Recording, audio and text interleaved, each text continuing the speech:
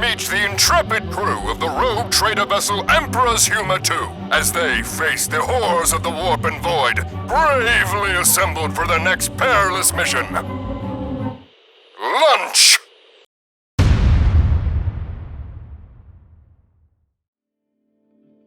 Hello, ladies and gentlemen of the internet. This is the Munitorum Breakroom podcast. I am one of your hosts, LaughingBlock, here to bring you joy and bring you laughs. Hashtag MC Skinny Peas. Here I have with me Beardo of Quiet Order Gaming. Yo. And TikitheHutt. Howdy. And of course, the newest member of the crew, our one, our only, the Death Korps of Wrath. Guten Tag. There it is. Not the response I expected, but it will do. How are y'all feeling today? Happy gas mask noises. Very good so far, yes. Indeed, this is the way. This is the creed. Doing good. Is the way. Have rum. That's all I need. If the audience couldn't tell at this point, this is indeed a 40K podcast and just a general nerd podcast. So if that's your thing, stay tuned. If not, you should still stay tuned because we are based and our opinions are correct. And you will learn so by watching. And we need the watch time. I don't know if I'm based. I don't even know what that means. I'm so old. He's acided. Hey, Tiki, you saying that is based. I can't help it. Like every time somebody says, "Oh, that's based," and I think of like somebody based in a turkey, and it really screws with my head. That proves I'm old. I mean, he is indeed old. I can confirm, guys. I can confirm. I am an elder. He is an elder. So speaking of the break room and our newest member, Death, what brings you here, Death? What brings you to tabletop wargaming? Well, I did hear that you guys actually did recently start this whole podcast series, so I figured I might as well just hit you guys up if you guys like a new member aboard on this community as well. But aside from that, I did really like the fact that we all got together because of this one channel called Morty and Glory. He actually established Glory to the glory. Glory to the Mortians. The Morty and Glory hole. What? Wait, no, wrong podcast. Hey, that's a canceled moment right there. Yeah, indeed. I might have to clip that. So you're the one yeah. flipping all those videos. That dude's Yes. doing it. Yeah, He is I indeed am- the guy who edits the cancels. So if you guys like that, you should check him out. If you guys didn't know, we're kind of the Gene Stealer cult, hiding in Morty and Glory's chats, and I saw the stuff that Death was doing and with the how to get canceled shorts and all that, and I was like, this guy needs a third arm. I do Brought not him on. subscribe to this heresy. He does not speak for me. I speak for us all. Gene Stealer Cult did nothing wrong. They're the only good guys. Kinda. Yeah. Now that is an unbased Perhaps. opinion. The audience is gonna have to overlook that one. We're not living up to the hype. Listen, the Emperor could have put a more serious beatdown on Horus if he had 4 arms. This is true. That is probably the closest argument to bringing the Xeno 2 arms to scum hold him, into- 1 arm into to smack into him, the other Imperial. one to smoke his cigar. Takes 4 arms. Oh yeah. But I gotta ask you, Def. What do you like about the hobby? What do you enjoy most about the glorious, grim darkness of the far future that is Warhammer 40,000? And other tabletop stuff too. I mean, we're very 40K focused, but we're all about everything tabletop.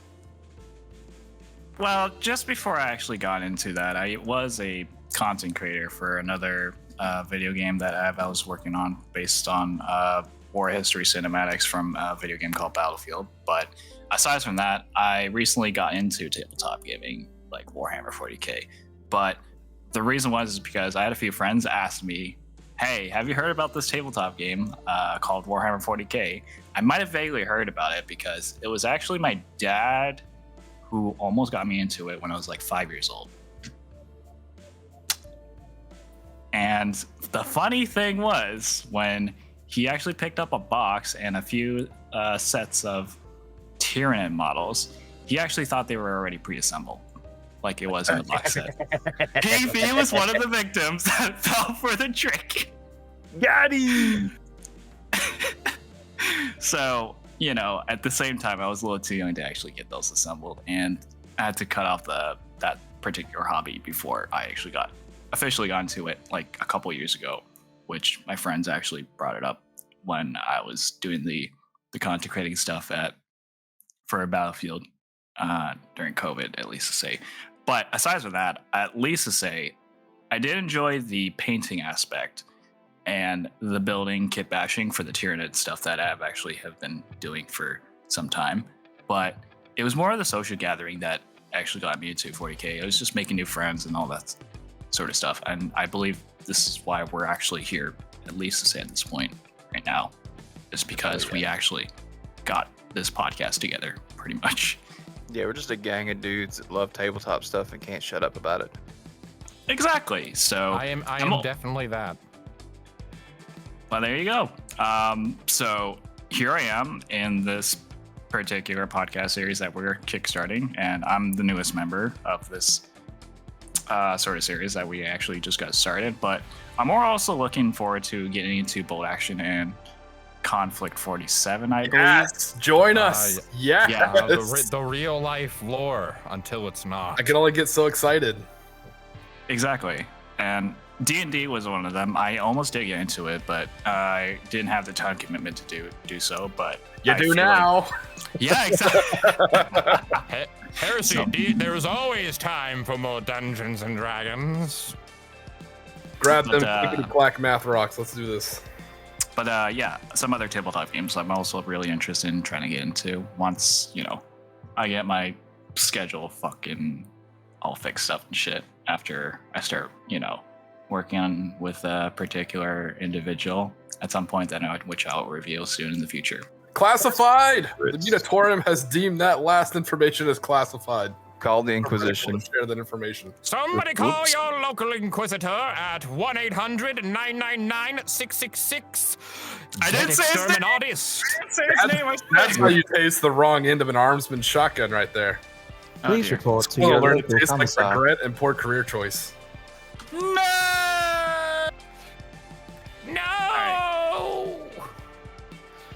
I will say, if you're a fan of Tyranids, I do gotta ask, what do you think about the new Norm emissary? Oh, Dude, that thing looks fucking terrifying, and It is the coolest Xenos model. I'm not gonna lie. That's the Yeah. dummy mommy need. So I have heard there's rumors that there's going to be a Christmas box set for the the Norm emissary included for the Tyranids. So if they do actually reveal that, I might actually go ahead and pick that up instead of actually having to buy the ranges of the Tyranid sets that are coming in next week. I'm I believe. definitely going to be getting some serious box setage for the Nids because I got I'm not- the latest box and I got to build a Nid army now.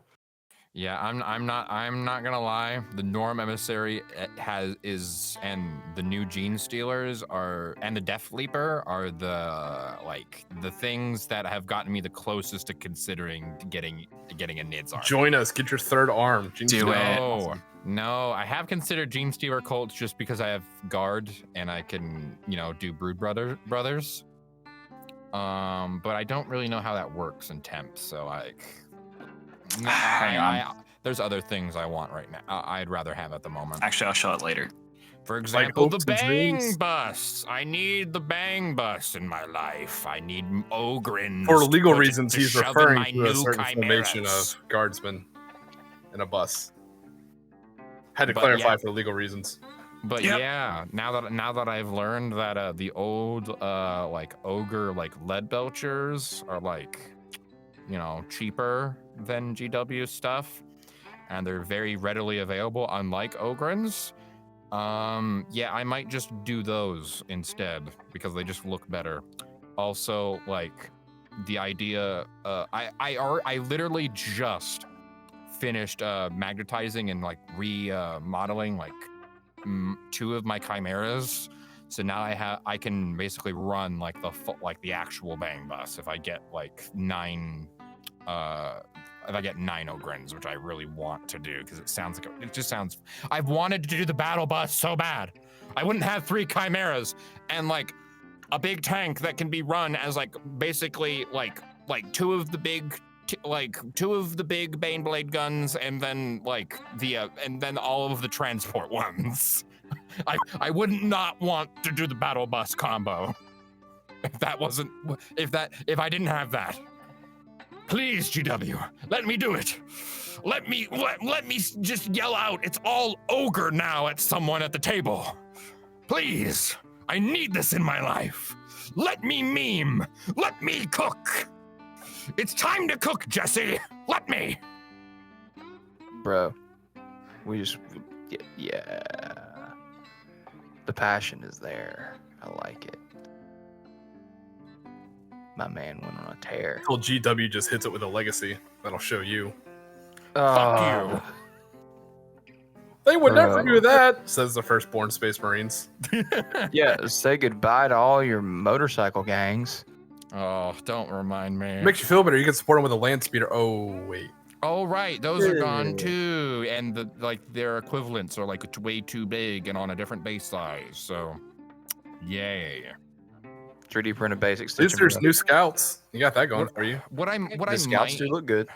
What I might do, like, I might be able to get away with running the land speeders as like, because they're I have the multi-melta ones, like with the assault cannons. So I could possibly run them as like one of the like new storm speeders and get away with it, but I'd have to rebase them, which shouldn't be too hard since they are magnetized to bases. So what I hear you saying is you're just going to play Death but I Watch and just take Corpus made Black them a new Stars. base. I just made a new base for them like a couple months ago. That's the saddest part for my land speed is I just rebased them. So, to round out the traditional 3 questions when we bring on a new member. So we've done what brought you, who you are, Death. What keeps you at the table? What makes you stay in the beautiful hobby that is tabletop gaming? It's what I actually did with Morty and Glory. It's just that the community is fantastic up to this point where I actually do want to like be a part of it and that sort of thing and actually help build it and see it grow. And I'm just that type of person, at least. I think we're all of like minds with that. I mean, I think everybody that we've talked to, all of our members, when we've asked that question, what keeps you at the table, it's always been the social aspect, the getting together, hanging out with like-minded people, and the just general, I mean, say what you might, and every community has its bad apples, but in general, in my experience, the 40K and other tabletop communities have been pretty wholesome. Well, everyone knows why I'm here. It's the MMB. Money, models, and pussy. Get busted up. This is why we can't have nice things. Inquisitor is that one. Get him. Hey, if it makes you feel better, my favorite Chaos God is not Slanesh. Slanesh is probably my least favorite. I'm guessing Zinch? The Emperor? No. It's probably a tie. It is a tie between, if Vashtor counts, the tie between Vashtor and like Nurgle. What the hell? I thought there were only 4. Now there's 5. Well, yes, that's a whole nother can of worms. I mean, if we're going there, then Talbot's my favorite. Where Vashtor, he's like the arms deal. He's not a chaos god yet. He's like a demi-chaos god. He's like basically the closest demon to become it. So he's like unconnected from the other 4 gods. He has his own realm of chaos, and he's on the same relative powers of like Belcor, similar maybe. to Belcor, yeah. but more so like in the sense of like warp magic and like sorcery and that kind of stuff. But he's all about like machines and tech and stuff. He's basically the chaos god of like the dark mechanicus. He gains power from like dark machinations and essentially like a perverse idea of humanity's creativity. So like the guy who will the desire to make things and create and invent. Which if you look at the Imperium and the Mechanicus, and all of like the machine stuff and servitors existing in mass, kind of makes sense that there would be a brewing chaos entity with its own realm that might not be on the same point of the gods yet, but he's probably the closest there. So he'll unite the Iron Warriors, the Cult of Mars, and the Necrons to take out the Tyranids. I'm so there for it. I'm hoping that that's the direction that they're going with. Maybe not the Necrons part. I kind of Dark like them as Mechanicus, but the Dark Mechanicus and bringing in the Iron Warriors and Perturabo into the front, because how Vashtor functions is essentially he's like the arms dealer of chaos. He is a neutral party to the other four. He is basically like he basically is the origin and like the creation of like all demon engines that exist. He basically like sells chaos all their arms and shit. He basically is in charge of making all of their biggest guns, all their biggest weapons, all their chaos titans. That's him. Dude's like the Lend-Lease program for chaos. So he just sounds like a taller version of a Voltan. He's basically like a mafia, like a chaos mafia boss, but of like cold, calculating logic. Like he's evil in the sense of like how like a corporation's evil, in that like he is like just cold, sound logic. Unlike other chaos gods, and Abaddon notes this when he makes the deal with him and like talks to him, Vashtor doesn't lie. He doesn't mince words. There's no flowery like language or anything. He's straightforward. He's no bullshit. He's like, all right, let's make a deal. Like that's his thing. He like basically does like a loan shark kind of scheme with other chaos entities. We're like, sure, I'll give you this demon engine upgrade to yourself, but you owe me an Excedra number of souls, and if you don't get that number of souls in in this amount of time, you own compounding interest, my friend. He is evil in the sense of like industry and like monarchical evil ultra capitalism and like science, and he is science and creativity and industry perverted to a point where he's bordering a chaos god. That's what Vashtor is. So how does souls count as currency? Like, do you just put it like on a swipe card, or do you just like, sell them piecemeal? Like, how does that work? Demons consume them because they can basically rip and tear at them, and like basically because souls are reflections in the warp, and it's basically where demons derive their sustenance and food Yeah, from. I get that. So I get how a demon sucks the soul of a person, but how does a demon exchange the souls that suck to another demon? Does that demon suck it out of the... So they get the offering made by a lesser demon to Vashtor gives Vashtor that, like, if you're thinking of it almost like a RPG kind of thing, it's like that gives him the mana that this lesser demon would get from taking that soul. Yeah. So it's not fully explained entirely, but we have a general idea of how it works. It's basically like essentially when a demon all souls, when they die, they go into the warp, and some demons, they can just like collect them as they come into the warp and just eat them and consume them as is. What other demons will do when they're in the mortal realm is basically think of it like an Eldar, like the Eldar stone that like magnetizes their soul to it when they die, so they don't get sucked into the warp. Like demons are kind of like that with souls. They almost like magnetize them to them. Like when they kill them, they have like a certain level of power over them, and they kind of like just magnetize those souls to just kind of become attached in the warp to the demon in the warp, if that makes sense. Like it's almost like a planetary kind of thing where they like revolve around it, like until the souls are basically consumed. Yeah, it's kind of similar to the blood for the blood god thing. Whenever somebody makes blood for the blood god, skulls for the skull throne. So we do a lot of talking about 40K because 40K is kind of what brought us together, basically. But D&D has been having this huge resurgence lately, and I've never had a chance to play. I've always wanted to, never had a chance to play. But I know that Tiki and Block have a lot of experience with D&D. So kind of give me, what's the flavor of D&D these days? That's is a trick question. It's a trap question. It is a trap. Yes, it is a trap question. So I am what's known as salty, or as an old beard. I played Dungeons & Dragons way back in the day.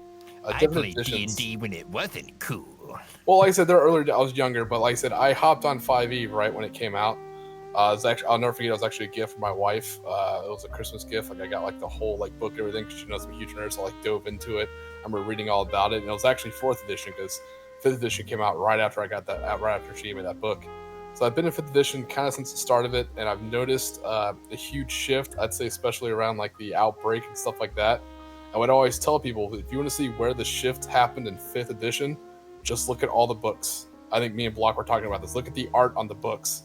Look at the player's hand guide, and then keep going and keep going and keep going. Then when you see this cute artsy style, like it's some type of Animal Crossing thing, like that's when that shift happened. It's basically become more like, if you look at the art of the player's handbook or like the monster manual, like we see the beholder on it, like it's very like it's not exactly dark fantasy, but it's kind of leaning into dark fantasy territory. And D&D's origins are like honestly pretty dark fantasy, especially if you look at like the history of Ravenloft, like anything related to that, like with D&D. Strahd misunderstood. The thing is 5th edition drew in a lot of people, and now Wizards is they're basically branching out. They're like trying to get like a wider audience, and they're trying to do broader appeal, and that includes their art, their wording. Everything is just becoming like more broad appeal, which there have been a lot of good positive changes to 5e over the last few years, like a lot of good ones. But at the same time, there's too many books. There's too many books, and there's too many like there's too much of a, not a dumbing down of D&D, but basically like stripping a bit of its like more of its like identity away for broader appeal. Right. So my overall declaratory statement before I kind of get into it is I think as long as the people you're playing with agree, there is no wrong way to play D&D. And I honestly mean that. I've played long enough and I DM a lot, so I've seen all different kinds of players. I've seen the new slice of life sim styles players. I've seen I play too much Diablo, so it's a hack and slash, let me loot the bodies. I've seen the I'm the main character syndrome Skyrim players. Like I've seen them all. There's no wrong way to play so long as your group and the DM all agree with you, and that's all the same game that they're playing. You know? So I think that's the catch, is I can't say, don't bring that style to it's not my D&D. At my table, it's my style. And the cool thing I think currently about Dungeons & Dragons, it may make me sound like an elitist asshole, and which is probably true, but there are so few DMs and so many player characters that I can run my DM table however I wish. If you want to play, awesome. I read a lot of books. I'm a huge lore guy. I'll make it the best experience I can. If you don't like the way I run D&D, that is super cool too. You'll probably find a table. There's another table for you. Like going like to a wider problem with Dungeons and Dragons is generally there's also been kind of a shift with the player base in Dungeons and Dragons, where I feel like, and Tiki will probably back me up on this, is there is like too many people who are willing to turn, and I hate to use this term, but use D&D as a safe space. But D&D, it's a game. This is people's like off time. This is this is not your group therapy. We are not your group therapy. I am a DM. I'm here to run a game. I'm here to run my game. And if you're not willing to play ball with the way I run my game, then you don't belong at my table, to be frank. There's nothing wrong with you. There's nothing wrong with me. It's just not every person is a fit for every play group, like generally. And DMs have different styles in the way they like to do things. I'm very off the cuff. I love improv. I'm very bombastic. I love playing a story. I am an actor after all. I love, sometimes I can get a bit railroady at times. I'm aware of that, but I love to take my players on a journey. Like a journey that I have made for them that they can then express themselves in. Definitely a cult. Oh yeah, drink my Kool-Aid. # canceled moment. Drink my hot Kool-Aid. I made this for you! Drink my hot, steamy Kool-Aid! But where'd that box of rat poison come from, All right. sir? So let me jump straight into the controversy. All right, so Bring it, brother. this is what's going on, and like I said, I'm a lurker, so I lurk around a bunch of YouTube channels. You lurking. So I saw this tweet from someone else because I don't use Twitter. I don't use Twitter; it's a trap. Well, I can't remember if it's either my Twitter or my Instagram that got hacked. Facts. Again, based opinions. One of them got hacked, so I just stopped using both. I still have a MySpace though, so there's that. All right, so here's the tweet. I'm gonna read it verbatim. I'm not gonna say who said it. But let me read it verbatim. All right, so this person said, and they're a well-known name within the D&D community, especially of YouTube. They said some people are anti-safety tools because they're assholes who thinks it's quotation mark woke bullshit in quotation mark. And I wish those people would very go fuck yourself. But there's another type of person I've noticed offering pushback that I believe to be largely unmalicious, and I'd like to address that. Safety tools are any system used to help players and GMs establish boundaries so that A, everyone can avoid topics that may be upsetting, triggering, or just unfun for the group. And B, if someone does come up with something that makes one uncomfortable, there's a clear path to address it. So, not the spicy to take. That first one is pretty spicy. It seems like this person really want to have their cake and eat it too, which, like I said, don't say. So there's another person who defended this person. I know it's a whole thing going on. At least that second person burned for their swag. And what I mean, I love that term, burn for your swag. What I mean by that, like if you're going to steal from a dragon, there's a good chance you're going to get burned for it. And that's okay. That shows that you have some courage. So the other person made a real spicy take. Turns out he was wrong at one point and he owned up to it. I can respect that person. This person tried to sit on both sides, which, either tell people to go fuck themselves, or don't. Fence sitting is a bit like, okay. Let me just. Go ahead. Let me get my opinions out on this. I think it's fucking stupid. I hate the safety tools ideas. I think it is. I'm gonna be straight up with y'all. Grow some fucking skin. Just that, like, we live in the real world, dude. Like, if you are too sensitive, and there is always a table for you somewhere, but to expect every person to play by your rules and the way that you like to run your table and your game, and then to say that we're assholes and that we're pieces of shit because of the way I like to run my table, fuck you. How about that? Like, that's my response there. They seem to not really understand that, like, just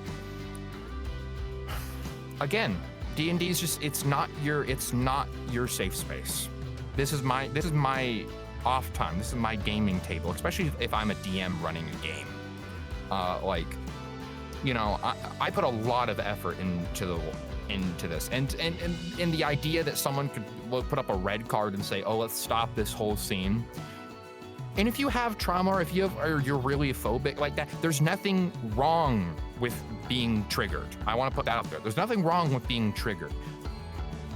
But there is an onus of responsibility that comes with that. You have to take personal responsibility. Like, okay, this is my trauma. This is my stuff that I'm dealing with. Who am I to put this on my play group or my friends or my DM? like I should probably sort this out or find another table until I can get a little help, or just like kind of sort out my mental state a bit more. Like, you can't just expect every person to run that game tailored to you. Like, sometimes the DM is creating the world and you're playing in it. The DM is also a player. Like, they want to have fun too. They want to tell a story. They want for players to explore their world. They don't want one player to either muck around in it or fully mess it up and just intend to not like playing in that world in like good faith, or basically stopping everyone else and the DM from being able to explore and express themselves in that world that the DM has created. It seems like, and we do talk about this a lot, like the gentleman's agreement, it's really easy for people to infringe that when they get wrapped up in their own, like, using their quote-unquote OC to deal with their issues. Now, I do think that if you can do that, and this is kind of a weird way to say it, responsibly, like if you can use almost like exposure therapy, like if you're exposing yourself to uncomfortable social situations in the game to try to better yourself, that's fine. But don't like drag your real world politics or your real world like hot buttons into the game and just expect everybody to pander to that. All right, so for those who probably haven't seen some of the other episodes, you'll probably be able to pick up, and I always find it humorous. Myself and Block are generally, in a friendly way, actually very friendly, respectful way, we're generally opposed on a lot of opinions. But ironically, this is not one of them. So yeah. We're both on the board. But before I go on with my old salty beer take, I do want to hear a little bit more from Beardo, especially because I will be running a D&D 5th edition game for both Beardo and Block. I'm trying to get Death in on it. We'll see if he wants to. But I definitely do want to hear from Beardo because he's about to go through one of my sessions. So you talked a little bit about it, but like, how do you feel? You know, I'm sure you're not termed with the. Before we start talking about term session 0 and all the other stuff, I want to get a complete outsider's take that hasn't really been, hit with any kind of modern D&D. So I want to get a pure outsider take. So other than the gentleman's agreement, how do you feel about this? Like an actual role-playing game where you have to create a character. Should there be safety tools? And I posted a picture so everyone's seen it of what the X cards look like. So this is one of the things they're referencing. This person mentions it later on their tweet, specifically X cards. Now, we all know how much Block absolutely loves measuring with shapes. When you start talking about Kill Team, the X card's very similar. You have colors and also shapes, I guess, for people who can't spell or know numbers. I don't know. But they're physically able to stop you in what you're doing if they feel uncomfortable. Now, I personally think that, you know what, let me not say that. Let me not, prime the pump a little bit or poison the well. Beardo, what do you think about that? Here, I'll post another picture of the X cards for you. So, my general opinion is, and it really goes back to, I say it all the time, the gentleman's agreement thing. Like, if you go into, I've never played D&D, but I mean, I've dealt with a lot of group social situations. So if you talk to the people you're playing with and say, hey, this thing, like it's really a thing for me. Say you're arachnophobic and that's a really big thing for you. Like you're just totally arachnophobic and it freaks you out. And in the session 0, you say, hey, listen, this is a real problem for me. Then that's when you have a conversation with the DM and say, is there like going to be a spider thing that we have to fight? Because that's really going to be an issue for me. And if you approach it in the right way, I mean, maybe this is not the best way to put it, but if you approach it like humbly and earnestly, then if the entire campaign is centered around fighting spiders, then that might not be the campaign for you. But that would be a thing where if I was the DM, I would say, okay, well, this campaign's not going to be for you, but I'll keep that in mind when I'm writing future campaigns. See, that kind of issue, and the resolution to the issue is completely cool to me.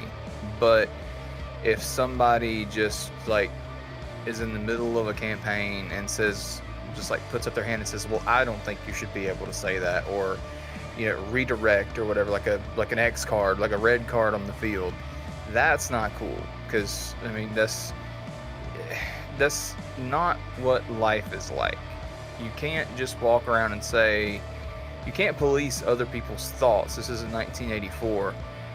Like, you can only react to what people do. You're only in control of your own actions and thoughts. And to think that you have the power to tell someone else what they can say, do, and think in a social situation is, to me, kind of the height of arrogance. But well, I think there's a time and a place, like, for stuff that can be appropriate. But yeah. But for that kind of stuff, like, for just to say, like, it's fine to do, like, for, like, if she said, like, or they, like nice, good OPSEC, clown. Yeah, thanks. If they put it as, like, like, phrasing it, like, I kind of lost my train of thought there. Here, I'll steal it while you think about it. So, to give this person a little bit of credit, is I'm not a fan of Monday morning quarterbacking, so, Grant versus Connor style case law. This person wrote a tweet and they fired it out, and they fired out some more. That's fine. That's another reason why I don't use Twitter. That's how they're feeling. So to go back, it's 10 days later and pick it apart, that's kind of an unfair advantage that we kind of have, and I fully acknowledge that. But one of the points I want to get to, and I'm actually stealing this from another YouTuber, Grim Jim, since apparently we're naming people these days or giving away clues. This guy's really good. He brings up a really good point where I do session zeros, but the reason why I don't really like this whole X card thing is I work really hard on my stories. Like, I never run stuff right out of the book. I always, write elaborate stories and plot points, and there's a million ways you can go with it. Not trying to brag, that's not it at all, but I'm saying I put a lot of work into it. So what I don't like is spoilers. So a great example, if I wrote a whole campaign and someone's like, well, I have a really big problem with angels, so are we gonna have to fight any angels? And like, spoiler alert, like the big bad demon is secretly a fallen angel. I'm like, well, shit, what do? Do I ruin my entire 20 plus hours of writing just because this one person for whatever reason doesn't like angels? It puts me in a really awkward point. And as the DM, I don't take away player agency. I don't punish player characters for what the actual players do in real life. I don't do any of that silly stuff that I think, not really silly, but something I guess newcoming DMs do a lot.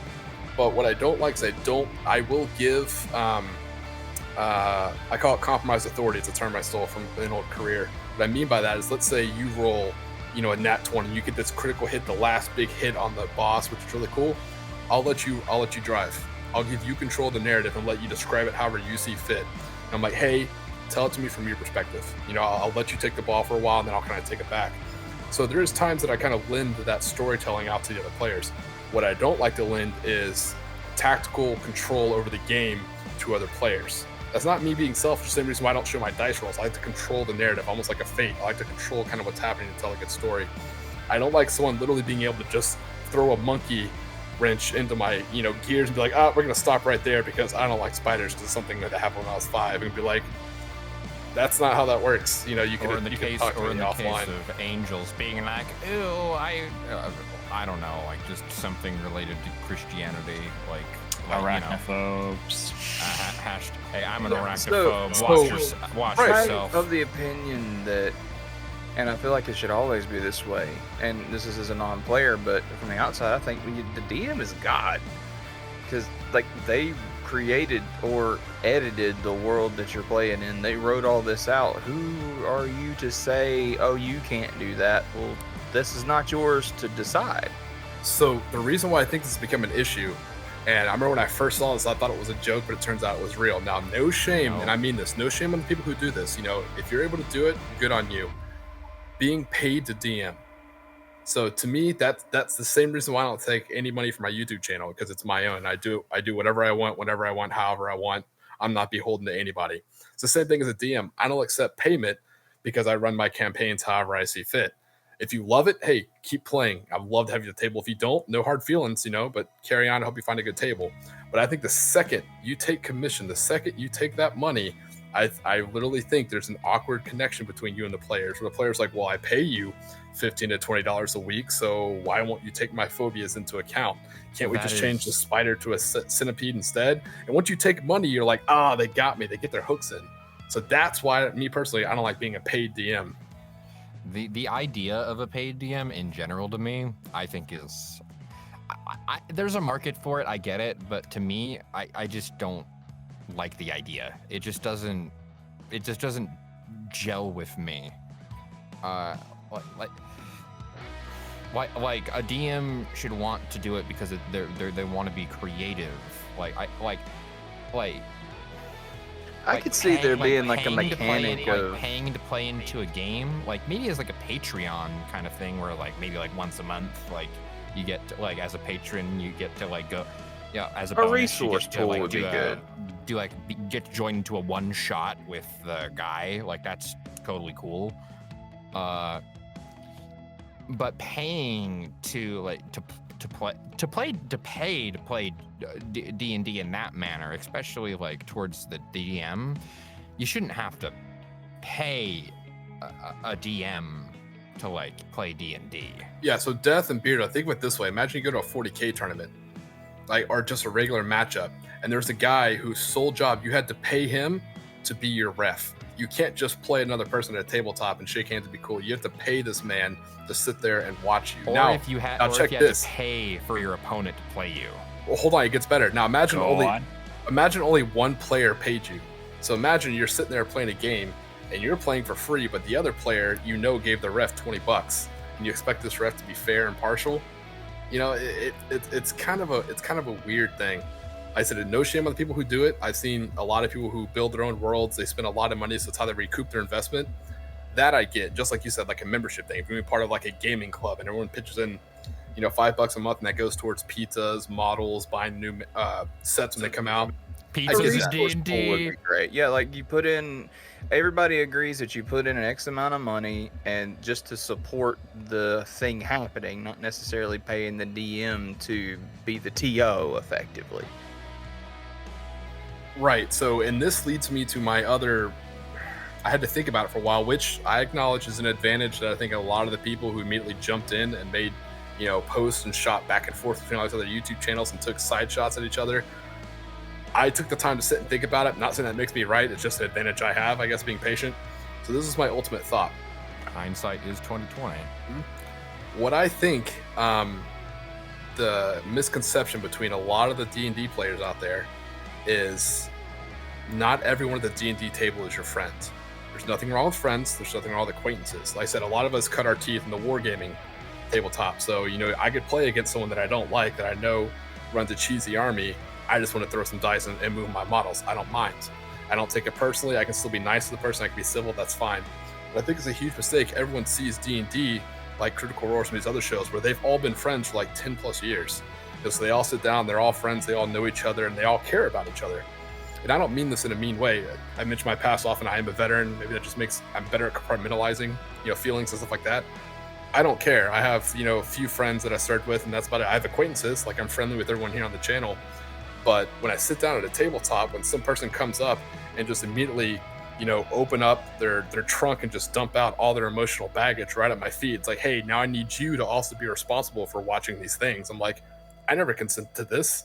Like, we're not friends. We talk about the social contract. Like, I never consented to being responsible for your emotional baggage, what's happened to you, your trauma, your triggers. I'm not a licensed therapist. I don't want to be. I just want to, roll click, clack, math rocks with my friends.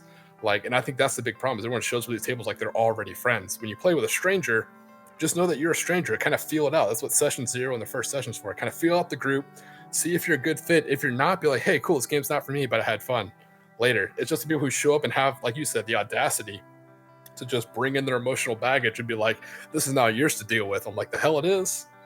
Yeah, I didn't sign up as a DM to walk on like eggs or like avoid like landmines. I came here to run a game, like at the end of the day, And again, I really want to emphasize this to people who aren't very familiar with D&D. The DM is a player too. they're there to have fun. This is their off time. They spent a bunch of time to put that world and everything like going on together for you. And even the ones like who go off the cuff or like are very improvised like stuff, they don't do a lot of like prep.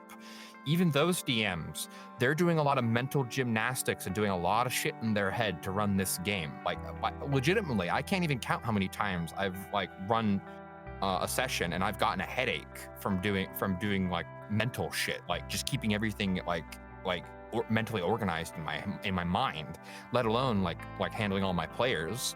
Like, and each player is different. Each player has to be catered to, but catered to equally. And like you try to be unbiased. You try to lean into the things like you're a storyteller. You're a comedian. You're a serious actor. You're running a game like a machine. Like all at the same time. Like while trying to have fun, and just to throw in this extra stuff like that I have to worry about, like to make sure I don't walk on a minefield. Like, I mean, come on, like give DMs a break. So that's the other thing. Also coming from my background is I also, as a DM, I feel responsible for my players. I know it may sound hypocritical to what I just said, so let me extrapolate on that a little bit.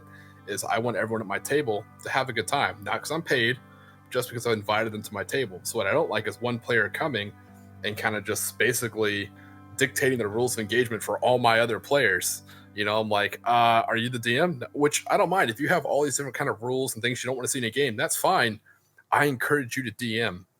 You know, have that courage, pick up the book and learn how to run it yourself. Otherwise, you know, pick up your player character sheet and roll with us. You know, but that's one of the things is don't come here not as the DM, but still try and set rules and dictation. You don't get to have, just like that tweet, you don't get to have it both ways. You can certainly try. That's always my catchphrase in DM. So it's like, hey, can I do this? Well, you can certainly try, you know, roll the dice. So you can certainly try to have it both ways, you know, set all the rules, but then also not have to be a DM. That's just called Baldur's Gate 3 or any other, you know, Dragon's Age Origins. If you like that, same thing with main character syndrome. If you like that, play Skyrim. More power to you. Play Fallout, like New Vegas, like.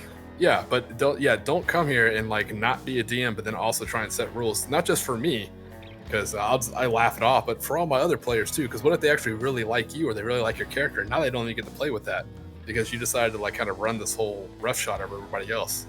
That just really grinds my gears. But you've been kind of quiet, Death. I didn't mean to like kind of talk over you. I'd like to see your perspective too, as like an outsider. Like, what would you want to see if you played D&D? Like, what would you expect coming from the outside?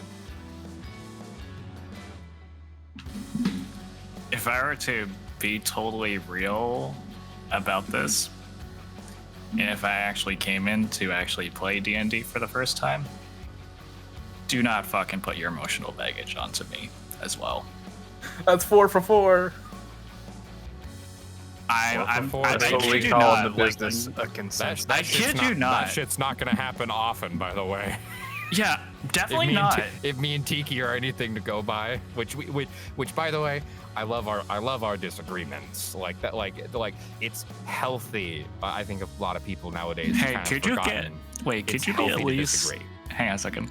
So, be a circle closer to your microphone, please. No, that's 2 pentagrams. Like, go back about a rhomboid. Yeah, rhombus. Nope, that's 2 trapezoids. No, 2 trapezoids. You said circle. I am now in the circle. There you go. We're probably cutting this. Well done, Beth. Well done. I loved it. Are you sure? I'm probably gonna leave this in because it's hilarious. Did you do that for audio or like? No, I did that for fucking shits and giggles. Yeah, he was. Oh, you're welcome. I both shat and giggled. You were offending him with your distance from the microphone. He had to impose his will on you. But like, kind of compounding on what Tiki said a bit more. Generally, like, and you know, it's a social etiquette kind of thing. There's also like other players at the table that are trying to like do their thing while like, you know, they don't want to have to worry about stuff either. Like, again, we're all just trying to have fun. Exactly. You're basically meeting up new people that are actually also trying to get into D&D if the DMs are actually basically invited them over to actually try it for the first time, right? So they don't want to actually hear that kind of shit when you actually, they're trying to play D&D for the first time. And also, go on.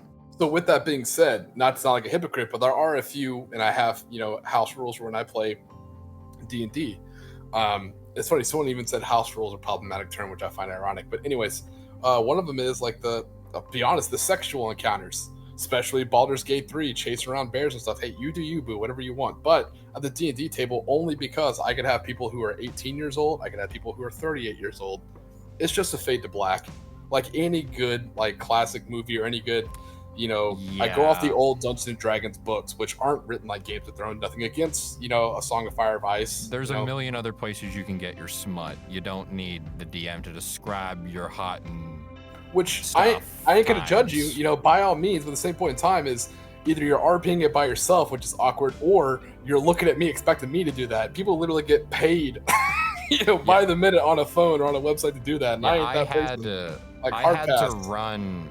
There was one kind of peer pressured moment as a DM where I basically was kind of peer pressured into running a romance between one of my player characters. Really wanted to screw around with one of my a red-haired bar maiden. Secretly, she was a badass, and I didn't want to fuck with the character. But I got pressured so much by my player to they really were insistent. Especially about detail. And that was probably some of the most uncomfortable experiences I've ever had as a dungeon master. That's something where it's that's not just social etiquette, it's common sense. Dude, I'm not your smut factory, dude. I am your DM.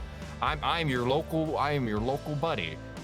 We are acquaintances. This person wasn't even really my friend, to be frank. Pay a commission artist to make you something later. Yeah, there's a million you don't need, especially in front of 3 other people that I'm trying to run this game. It's just awkward as shit. Sweaty horny do you have to be? How many sessions was this so far? Welcome to Dungeons and Dragons. That was a long one. That was one of my longer campaigns. That was about 15 sessions, I think. So that thing just speaks no maidens to me. I had something similar, and this is kind of a weird take. It's one of those yeah, sure it happened, but I promise you it did. It made everyone uncomfortable. I was playing a character, and luckily it wasn't a tavern wench, it was a shopkeeper, a regular, I'm talking I even named it Fruit and Barrel or Crate and Barrel, it was just a regular, but were they a redhead? It was just a regular shopkeeper, the dude was married with kids and stuff like that, and this one character decided to flirt with him. I was like, okay, it doesn't have any effect. It's does it make prices go lower? I was like, no, they just look at you like you're weird. And but, and I explained to my player characters that in this world that we were in, it was Lost Mines of Fendelver, by the way.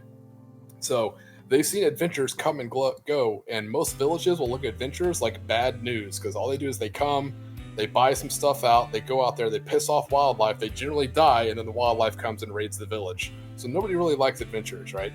So I explained to them, I was like, they don't like you because you're an adventurer. I was like, they'll take your money, but they don't care. And people can't comprehend that. And so they keep trying to flirt with this person, and they want to be the hero right away. Right. So this human identified as a female, but their character was male. And I was like, well, and I tried to drop subtle hints, and this is even written in the book. I was like, no, here comes their wife and their 2 kids, and they're still hitting on him in front of this guy's wife. I was like, well, that's just kind of disrespectful. And they literally lost their shit on me, on live conversation. They're like, what do you mean that's disrespectful? I was like, what do you mean? What do you mean that's disrespectful? The guy's wife and kids just came down the stairs, and you're flirting with the wife's husband right in front of her. I was like, that's highly disrespectful. And they just went on this whole tirade. Yeah, they went on this whole tirade about how unaccepting I am and how bigoted I am, and I was like, whoa, ceasefire.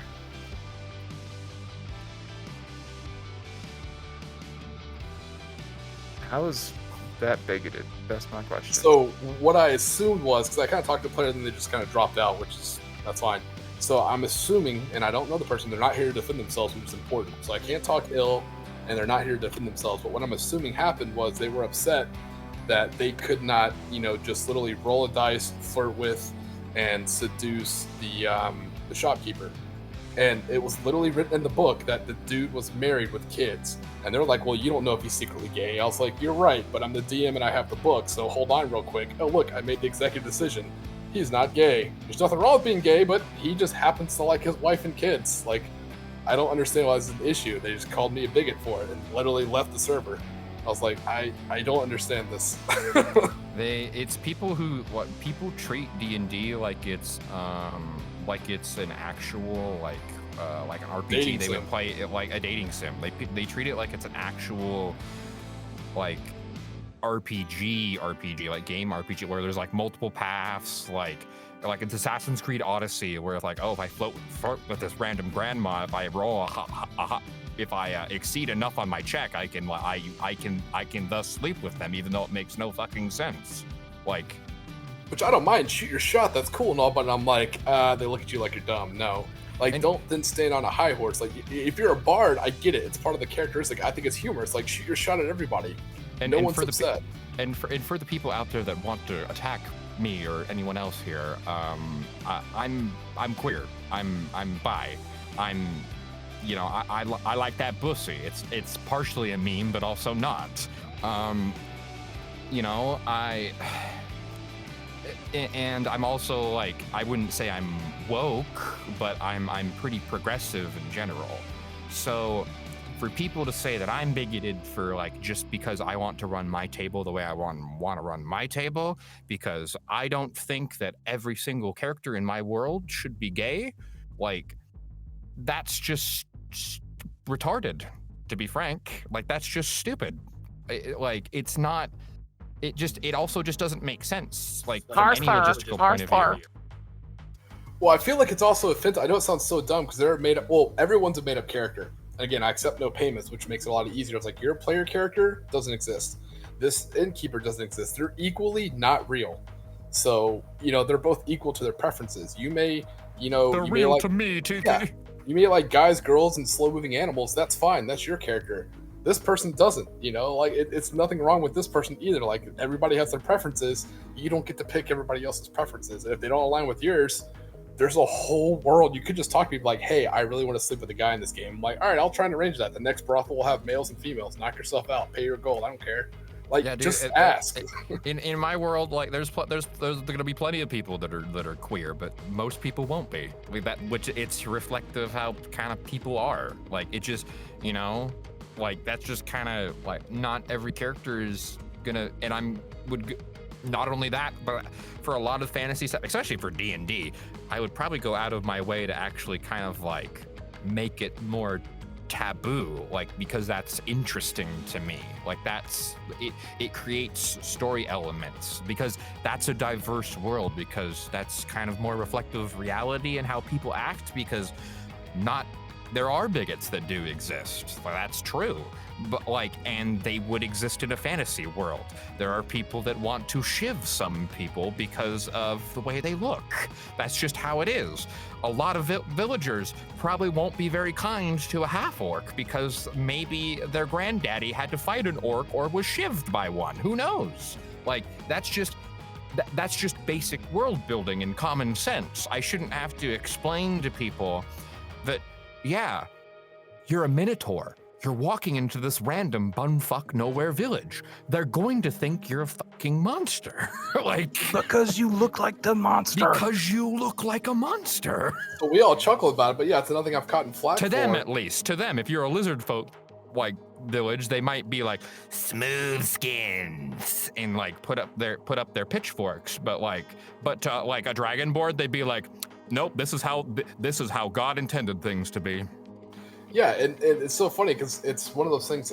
You've talked about this about racism in D&D, and I'm not saying racism towards player characters or towards our actual players in real life. But I'm talking about in the world setting, and you're exactly right. Like, there's a who knows if they've changed it now, and that's the other problem. They keep going back and retro changing stuff. But I think there was a gnome sub race. They dwelled in the under. So for the guys who don't play D&D. There's, the world, and there's the underworld. So the underworld, or the Underdark, is where you find dark elves and some other people. It's a shady place to be. A lot of killing, a lot of other stuff. It's hell, but not. So there's it's a the hell subrace. above It's hell. Necromunda. So there's a subrace of gnomes Yeah, kinda. who are really sneaky. They're sneaky gnomes, and they can kind of blend in. And they found out they're really good slavers, and that's what they do. They capture people who are lost and they sell them. Is that wrong morally? Yeah, sure. But it's also Dungeons and Dragons, not. Are there some of those gnomes that think that's wrong and they are probably good people? Like, probably, but a lot of them probably aren't. But in the same way I treat metagaming in my games, if you've heard of it in a fairy tale, then your character knows it. It's the same thing. If you know there are these gnomes out there who have gray skin, hide underground, and steal people and sell them, and you see one above ground, you'd be like, hey, that guy's a slaver until proven otherwise. They'll treat you that way. But once you go into a village, you prove like, hey, I'm not one of those slavers, I'm a cool guy, they'll treat you normally. I've seen Lord of the Rings has casual racism between the elves, but the interesting part about the story, like with the characters in the Fellowship, is like them overcoming their bigotry as they work together and fight alongside each other, and they not only slowly become friends, they essentially become brothers, like for all intents and purposes, like best of friends. Like, but it took work to get there. That's how D&D parties should be often. Like, disagreements are kind of a thing. Not every D&D party should be together because they want to be together. A lot of them are going to be together because it's begrudging, it's out of necessity. Like, you know, because that's interesting. It's drama, it's storytelling. You know, that goes to you and Tiki too. I mean, you guys are pals. You disagree, but honestly, that builds more respect between the two of you because you could disagree in a productive way. You know, being able to agree to disagree builds character. To be frank. Yeah, and that's another great way of doing it. So I guess I'm just airing. I apologize. I kind of hijacked the stream and to air this is my last D&D one. I promise. My last D&D grievance. Not so much metagaming. I don't care about power. I mean, power gamers, they can be tampered. It's fine. It's whatever. What I don't like are people who show up. It's mostly main character syndrome, and they drop their whole backstory in session 0. So what session 0 is it's some people call session 0 a safety tool. I don't. Session 0 is almost more like the other side, almost kind of gatekeeping. I guess the newer kids someone called it a vibe check the other day. I was like, God, vibe check. So what it is you kind of log in, you talk to the DM, and you talk to some of the players, and they see if you're a good fit for the party. So someone immediately comes in, and let's say it's a group of everyone has, pronouns in their name. Nothing wrong with that. And so when this happens, when I was like, what's your pronouns? Like, just call me Tiki. And they were a little upset, like, no, we need to know your pronouns. Like, ooh. Tiki is my pronoun. I was like, ooh, no, FBI, you don't. Your pronoun is rum and coke. I was like, yeah, I was like, I like this. I've worked for the government in the past. I like to protect my information. I was like, so therefore I try and control what I put out there. I was like, I don't like giving any information that I don't have to. So my just pronoun is Enigma Male. Right? I was like, I'm not trying to be weird about it, but I was like, I'd be comfortable if you just call me Tiki. I was like, what's your first name? I was like, just call me Tiki unless that bothers you, and then I'll come up with a fake first name and we'll use just for this, like a burner name. And they were kind of weird about it, but then I kind of earned, I was nice in the group at first, like, oh, this guy sounds like one of those older assholes. And I am an asshole and I'm older, but I can gel with most people. So what I don't like is when people show up and they just drop their whole character's backstory in session 0. It's like, well, here's all 3 pages I wrote about my character. He's this and this and that. And I was like, buddy, that didn't happen in any other kind of literary genre. No one just drops the exposition. People get to know your character over the adventure. We don't need to know everything about your character and before we even start the game. It's just wildly unnecessary to slowly reveal it at every long rest. Be like, oh yeah, my parents died. Or, oh yeah, I have a twin brother, Or like, oh yeah, I'm possessed by a demon. Like, we don't need to know all this kind of stuff. To the point where I tell player characters, don't worry about party composition. Dungeons & Dragons 5th edition is so overpowered, it's like playing Avengers. You don't have to have a tank and a healer and this like you're playing Diablo or what's that game? Depends WoW. on what kind of DM you're running with, to be fair. Yeah, well, you don't always need it. The DM should control that. The DM should tamper the situations for his group. Their group, I should say. So you don't need all that because you're so overpowered in Dungeons & Dragons 5th edition. So I tell people, don't even tell people what class you are. Just describe what your character looks like and what gear they have and just go from there. So I had one guy who pretended to be, I think he pretended to be a fighter the whole time, but it turns out he was a wizard and had like absolutely no skill. And they didn't know it until the first fight. Like some goblin ran up to him and he ended up just like hitting the dude with like some magic missile. And one's like, wait, what the shit? was like, oh, that's cool. Like, I knew what he was. I was like, oh, that's kind of cool. Like, I kind of like that little bit of mystery is, sometimes you can tell what you are. You look at Lord of the Rings, you can tell old school Aragorn, was a ranger. You can tell by the sword and the bow, like, okay, this dude runs around in the woods. I get that, fine. You can tell, Gimli's probably a fighter. But sometimes, you can't really tell what someone is. You couldn't tell that Gandalf, multi-classing the fighter until he whipped out a sword, and started lopping off heads. Like, oh, okay, this dude can fight too. That's kind of a cool thing. Yeah, an interesting, kind of expanding upon characters like growing over the adventure and learning more about them. That stuff like that can be fully improvised. Like, it doesn't have to be like forethought. Like, fundamental aspects of like where the character can be from could just be thrown out by the player randomly, and then it becomes like a running joke. In the case of one of my characters, Rune, where he's a dragonborn, and they come from the mountains. Like, where they can't grow, they have to import stuff. So for him, like, bread is a delicacy, like, from where he's from, because they can't grow wheat on the mountains. It's all rock. There's no place they might have rice, but they can't grow like standard like bread. Garlic bread is a delicacy to him. So he sees garlic, and the rest of the party's like, "What are you doing?" And he's like. I have found this delectable delight. Garlic bread. Glorious in its simplicity, but so rare, such a delicacy. And then that became Rune liking garlic bread became like a running joke, over the course of things. Like, just a simple off the cuff improvisation became a core, not a core, but an aspect of the party dynamic. Like, that's how you expand upon characters.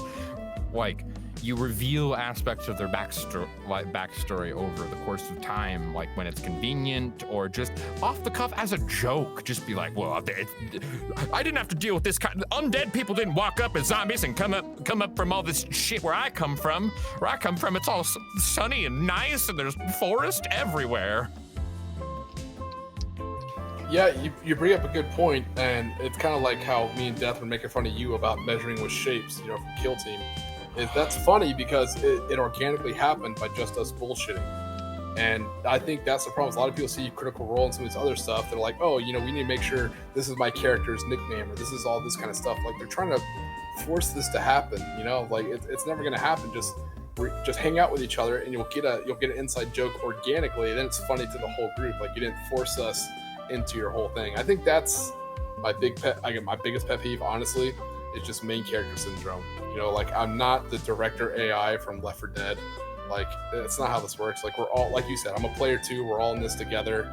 Nobody wants to be the side character to your main character. Nobody wants that, man. Yeah, we're all in this together. The Fellowship, other than arguably Frodo, didn't have a main character. They were all in it together. And even then, the main character is Sam. And even Frodo being, and Sam being the two main characters of Lord of the Rings, the rest, they were the weakest. The hobbits were the weakest members of the Fellowship. They were the underdogs. Just because they kind of were the core part of the narrative for the party. The rest of the party is what was doing all of the work and is allowed them to get where they got eventually.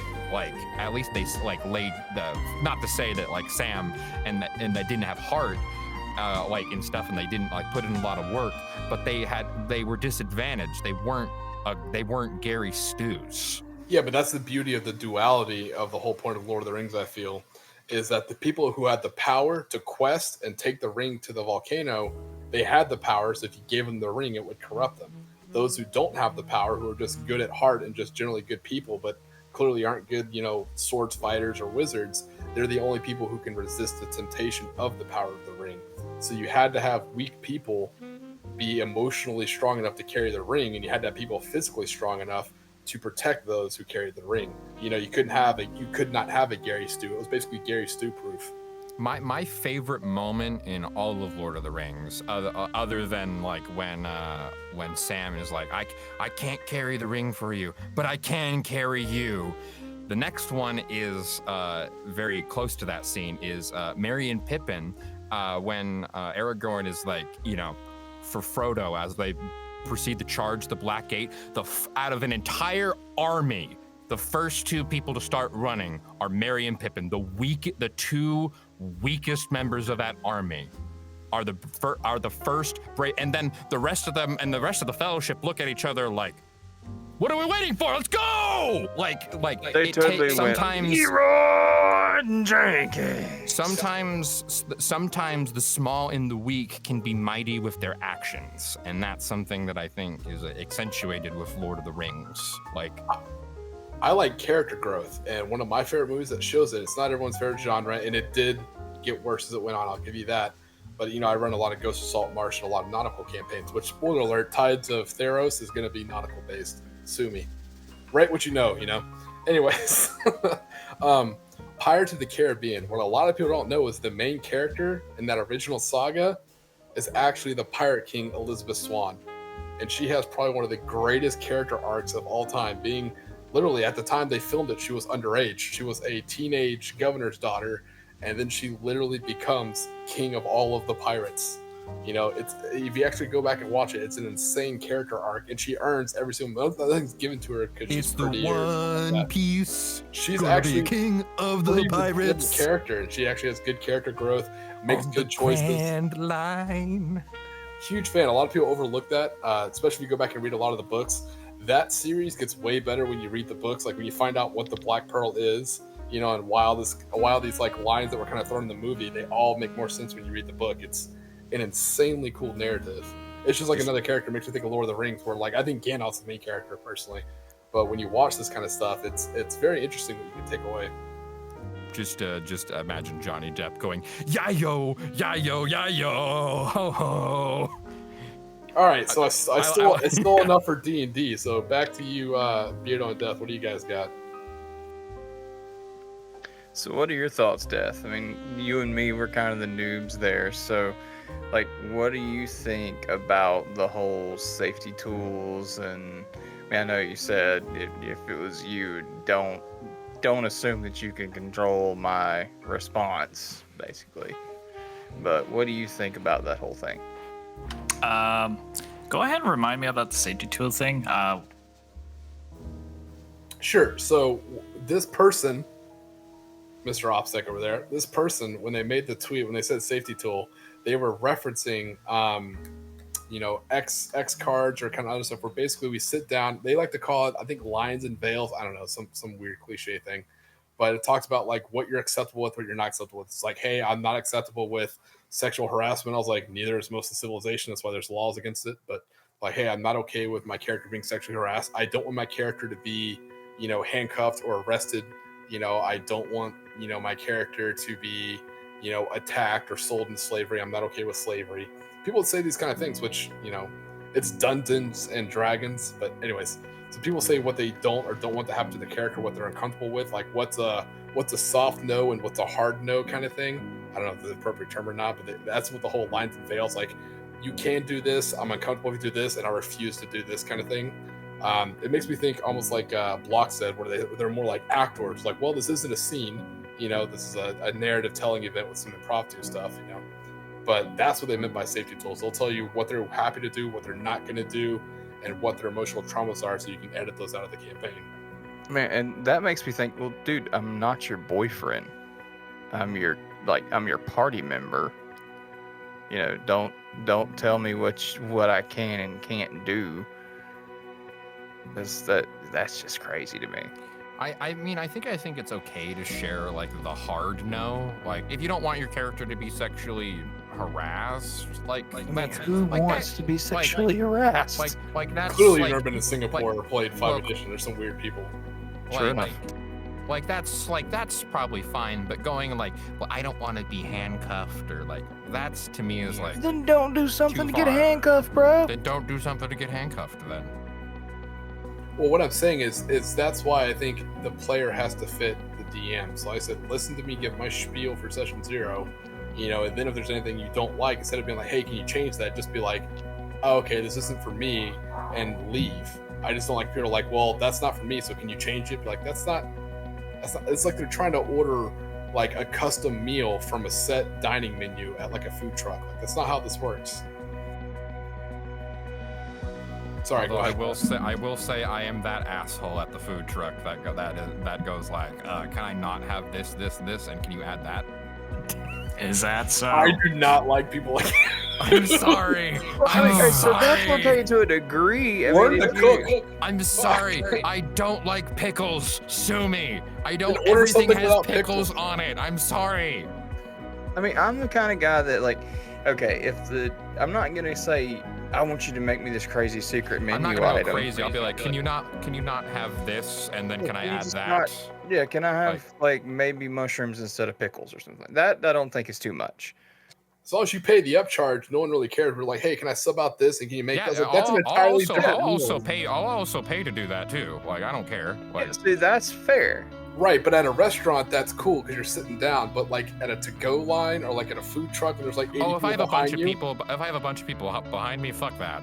No. Okay, I'm just good. gonna Okay, grab I'll what just no. Anyways, we're getting off topic. But back Also, to you, Tri-Cities has. If you're ever in the Washington area, and you happen to be around the Tri-Cities, in Hermiston, there is an epic taco truck. There's great taco trucks in that whole area. Like, just stop at any of them, you're gonna be golden. You're gonna be golden, my friend. Quesabirra, do it.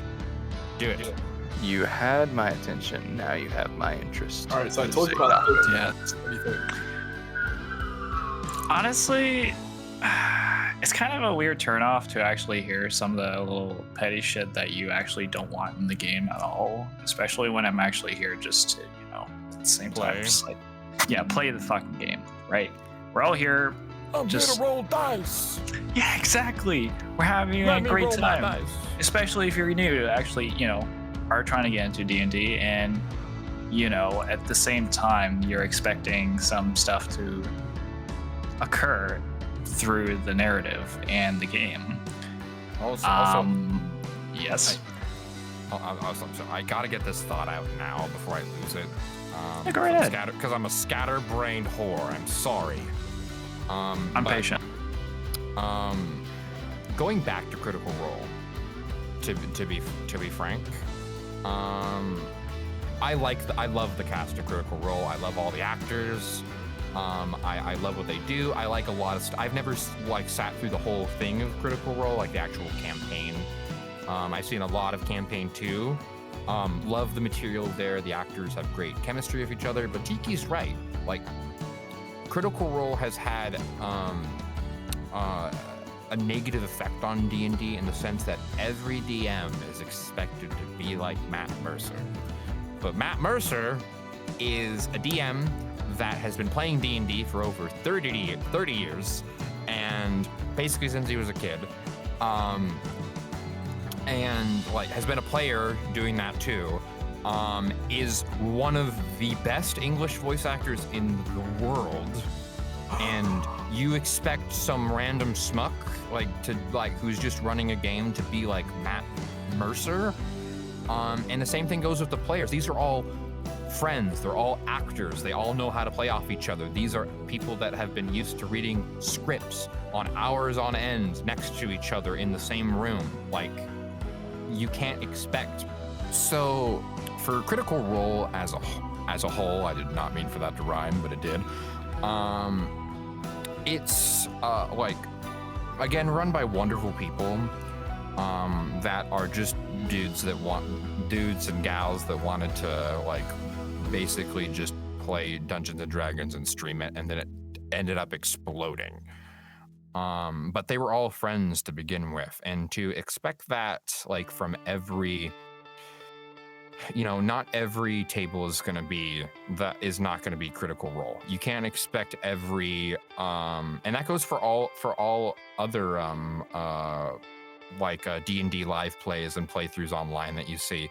A lot of these DMs are very experienced. We're talking start of 5th edition, before, these are DMs that have a decade of DMing experience or more. You just can't expect, especially if you're running your first game, Like, just do you, boo. Just do you. Like, just do the best that you can. You're gonna make mistakes. Everyone makes mistakes. Same thing for first-time players.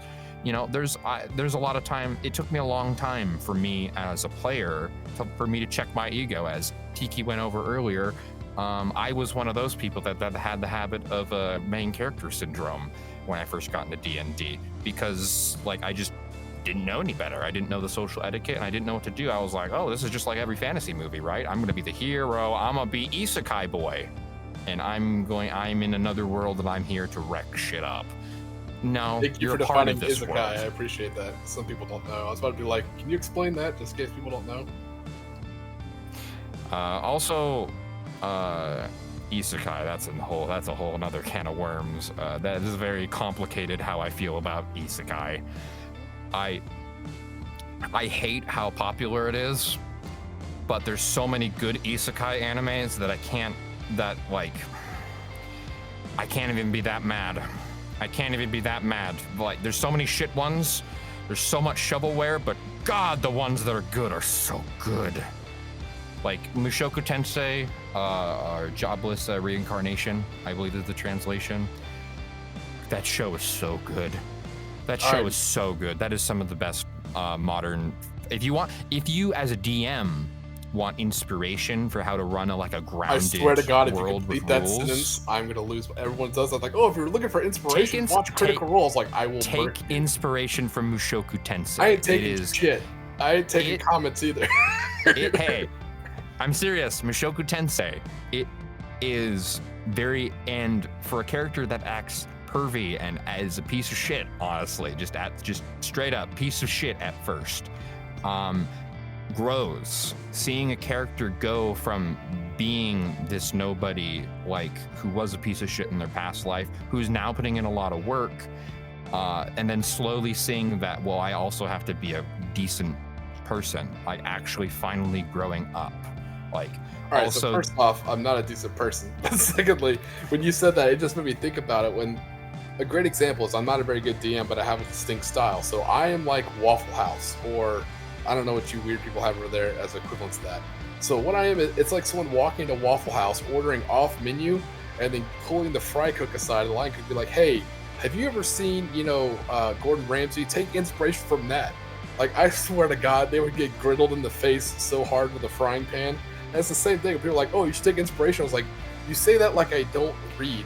I have read. Everyone takes inspiration. I know what you meant by it. I just wanted to jump on it. It's just I'm just saying, for people who are into anime, that might be, and you want to get into D&D, that could be a good place to start to get some inspiration. D&D, which is great. Especially if you want to run a grounded fantasy world that is very hard fantasy and has very hardline rules and how things like another great example would be for hard fantasy would be Avatar: The Last Airbender. It has very succinct rules on how everything in that universe works, and thinly veiled metaphors. Hashtag love Iroh. So with that being said, let's hop off this to even a non-gaming related topic, because I definitely want to hear from Death on this if he wants to. Yes. 3 favorite / most influential animes on your choice. I'm talking not mangas, I'm talking the actual animated shows and or movies and or OVAs or what have you. We'll go with whoever's ready first.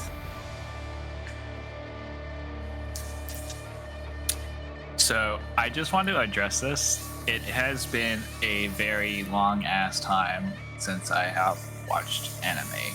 And I have been living under a rock by then. But it's also, I had some situation going on from the past 10 years. So I'm trying to actually get myself adjusted to actually try to get started watching anime too. So fair enough. I can help you with that. Oh, sweet God. Please. I would love some help. Now, to be fair, I'm pretty out of the loop right now, too. I haven't kept up with seasonal anime for 5 years. All right, what you got then? Hit me with your 3 without even thinking about it. Your true 3. Code Geass, Berserk, the 1997 anime, and probably Dragon Ball specifically, not Dragon Ball Z. I am okay, all right. I thought it was gonna be a whole bunch of like reverse harem and like some new age stuff, but no, that was when I was 14. That's when I was 14 when I thought To Love Ru was actually good storytelling. It's not, by the way. It's not. I had to learn that the hard way by growing up.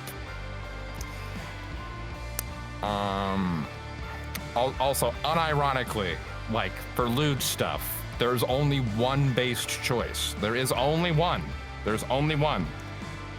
And that is interspecies reviewers. It is. That is the only lewd anime that you get a pass. That's the only one that people get a pass for, because that show is legitimately actually like, it's lewd, but it's actually like a good show that has a fantasy universe that it like dissects and it shows how things work. Like it's not like, of course it's there for stuff, but also it's like actually a show that's trying to entertain you and trying to like be funny. Like that, like something that people don't, I think, appreciate. Because if you're gonna go into the lewd stuff, at least at least do something different and at least try. Like you can do so much more than just tits. Like there is so much more opportunity to do things. Sure, titillation, like, and we see this with wider anime as a whole. Like titillation there's nothing wrong with fan service. Like, especially if it's done tastefully, but it shouldn't just be the only reason you're there. Like that's the thing. Or if it is, what I appreciate and I respect is the ones you just say it up front. Like you can just read the title and be like, I know exactly what this is about, and you just know it up ahead of time. It's not like a surprise halfway in. That I always appreciate. Like I hate how like a good action, and this doesn't just for anime, but any kind of movie or book, like a good action story just turns into like a love triangle for no reason. I was like, this was nowhere on the back or on the front of the book. Like, why am I now party to this awkwardness? Yeah, also, once you've seen 5 harem shows, you've seen them all. So for me, it's actually kind of tough. I would say old school Cowboy Bebop. I hate that I have to say old school because I don't like the live action show. We don't talk about it. It didn't happen. Gundam, specifically 08 MS Team. That to me is probably one of the finest Gundams. But again, I'm a veteran, a big military guy. Not a lot of military animes out there besides Gate and some other ones. And my other one, that's actually really tough. I do like space western, so usually I would say like Trigun or Outlaw Star, but Firefly is just Outlaw Star. I think done a little bit better. I know I said what I said. Fight me, I don't care. That's a fair. I love Trigun to death. Like Trigun to death. That's fair. Like, well, I mean Outlaw Star. Like, but I do love Trigun to death and Outlaw Star. I'm gonna say the most bolt action Conflict 47 answer: Girls und Panzer. I've not seen it. It is ridiculous. It makes absolutely no sense. But surprisingly, somebody on that staff lives in a museum. They work so hard to get those tanks accurate. Not what they could do. Like you see like a Sherman basically Tokyo drift down a street, which would not happen. But the fact that they got all these tanks looking accurate and in that is absolutely hysterical. The show makes no sense. I do love me some vehicle and gun porn, hence why I do like mecha anime. Yeah, you can say like Azure Lane and all these other ones, but I think Girl and Panzer for like a new age one, just because it's amusing to watch. I think it's the humor of both watched. Going back to Gundam, I have only watched the original like movie trilogy compilation, specifically the 2003 remastered sound, and oh my god, the sound carries that so hard. So the sound design for that the only thing I didn't like about old school Gundam, and even though I grew up with Wing like everyone my age did, the only thing I don't like and something I don't like about animes, call me weird, is I've always hated the trope where the kids save the world, where it's like, a teenage kid's the best Gundam pilot. I was like, really? Not the military guy who's trained with that model for 10 years? The kid's gonna beat him? Like, are you kidding me? So that's why I like the MS Team. It's basically Vietnam but with Gundams, and it's in the UC century or the UC storyline. So if you've ever seen it, that's the one to watch. It is really, really good. With the eighth OS team, I've seen clips and animation. I actually own the Blu-ray for that. But for that show specifically, I have not watched it, but I've seen some of the animation from it, and Oh boy, I want to watch it. I think it has the best Gundam fight scene. People can flame me in the comments. From what I've heard, that is the general consensus. The golf custom, that is legit because he takes him on not because he's a new age type kid and he's just the best ever. He uses tactics that he figured out. Mobile Suit Gundam Thunderbolts. I've seen that. Was cool. I've watched the first one. I haven't seen the second one yet, but the first one, holy goddamn shit, that is some good mecha. War in the Pocket is good too. If you've never seen that, because it's so concentrated. There's it's on one of the ring worlds or one of the space stations. And there's someone smuggled in a mobile suit like a Xeon type, a Zaku 2. So it's like one Zaku 2 versus like one Gundam with a whole bunch of civilians all around and everything they do. And it's told from the perspective of a child too. So it's really cool to get that like, oh, mecha are cool. I love mecha. Then like when all his family's dead, he's like, maybe war's not as cool as I thought it was. It's actually a really good piece. That is the general theming of Gundam, and a lot of mecha and like just general like space opera and political dramas in like related to sci-fi and like Japanese culture is the idea of. I love how they tackle the like war, like especially Gundam, especially for how old it is. Like the original trilogy, it handles like. Very rarely have I seen an anti-war message done like critically and tastefully, and Gundam fundamentally is its main message is like war is bad, generally, but it doesn't just like say like, well, everyone should be pacifist. That's not what it's trying to say. What it's trying to say is like, in war, everyone loses to a certain degree. Like people suffer. Like that's just the state of things. And the drama and stuff that ensues from that, that's what's interesting about war. Like the interpersonal stories that you see from individuals fighting on either side of the conflict, seeing their individual perspectives. Like that's what makes war stories interesting. And Gundam tackles it, especially for a show that old, like handles it very tastefully, I find, that I appreciate. What Gundam does for me, and it's one thing, and to bring it back to 40K, so hopefully you guys can enlighten me, it's something I never understood about 40K, is I think Gundam, The Expanse, and honestly just about every other sci-fi world gets this right, is anytime you have a colony outside the Earth, spoiler alert, it's gonna lead to civil war. Like, Martians become Martians. They're not humans anymore. They're not Homo sapiens. They're not Earthlings. They're Martians. It's a whole other race and culture. So naturally, there's always going to end up being a civil war between the two. You look at Expanse with the Martians and the Belters. I think we've talked about, look at Infinite Warfare where the Martians rebel. You look at Gundam where the outer planet's like, hey, why do we have to follow Earth's rules and we don't even have gravity? Like, why are you taxing us for this stupid stuff? Like, we don't use it. So you're going to have those rebellions. So I never understood in the 40K world, like I get for the STPs and for the war machines, but I never get why the Imperium puts up with Mechanicum. Like, they are clearly one step away from just straight up rebellion. Because they make all your stuff that you use to fight other things that would completely annihilate your species. So you tolerate it. So, this is what I like. I get the tech priest with the Imperial Guard, but all the Space Marine stuff that they had for like hundreds of years, that's also maintained by the Mechanicum, or is that maintained by each chapter? Love it. That it is a huge portion of Space Marine. Basically, the entirety of Space Marine politics is either A, the chapter's relationship with the Inquisition and other Space Marine chapters, or B, their relation with the Mechanicum and them being able to order ammunition and weapons. So clearly, I'm not a traitorous Chaos Marine, but that's the weakness for the Imperium. All you have to do is either corrupt or take down Mechanicum, and they're done. And that's the interest. That's some of the interesting part about the why they're probably the most unexplored, but one of the most interesting connecting cogs, so to speak, for the Imperium is that. They are so essential to the machine turning, yet they are everything else is a steel piece. They're a bronze piece in this otherwise machine. They could crack because they're not meant for this because it's not meant for this kind of strain. It doesn't fit with everything else, and it creates tension. And that's interesting. From a story perspective. Put 7 puns in there. Oh, I'm not even mad. That's amazing. Oh yeah. Wordplay, my friend, wordplay. but that's the thing, is the Mechanicus don't get along with the Imperium. Probably out of all of the High Lords of Terra that are the most self-interested is the Fabricator General for the Mechanicus, the leader of the Mechanicus.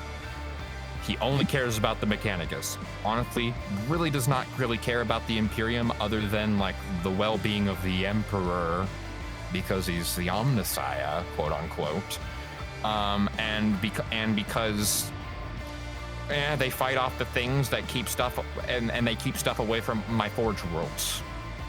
Like, and that's basically, like, other than that, it's, the Mechanicum have always been, like, super interesting to me, and I find it weird up until recently, in the last, like, 6 years, that the Mechanicum really haven't been explored at all in 40K, like, to any real degree, up until very, very recently. Well, it's hard to write a book. It's just ones and zeros.